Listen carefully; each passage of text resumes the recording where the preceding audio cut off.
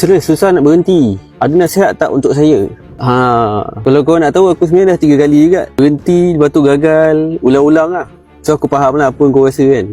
Biasanya orang ingat nak berhenti ni kena tahan je tau. Tapi sebenarnya ada strategi di sebalik tu. Ini aku cerita sikit lah Kalau ikutkan sejarah dari awal lagi, industri rokok ni, dia memang target orang-orang muda macam korang, macam aku lah. Sebab bila korang start muda kan, kau memang mudah nak jadi pelanggan sampai kau tua nanti.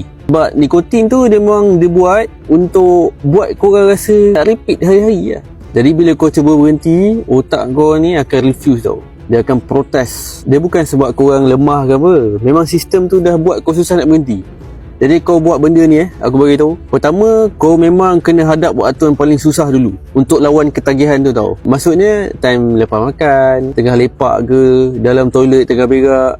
Ini waktu paling susah. Jadi kau kena tahan kat sini dulu. Kalau kau sini lepas, tempat lain mesti lepas benda. Nombor 2, kau jauhkan diri daripada kawan-kawan merokok ni. Bukannya tak kawan diorang langsung. Cumanya kalau diorang ajak pergi merokok, elak lah. Lepas tu kau jangan announce dekat diorang yang kau nak berhenti. Sebab diorang mesti menganjing punya. Lalah kau mesti give up punya. Nombor 3, kau kena kurangkan sebatang setiap minggu. Maksudnya kalau minggu ni kau hisap 10 batang, minggu depan kau mesti kurangkan jadi 9 batang. Setiap hari 9 batang, 9 batang, 9 batang. Masuk minggu depan, kurang lagi sebatang, 8 batang, 8 batang, 8 batang, macam tu.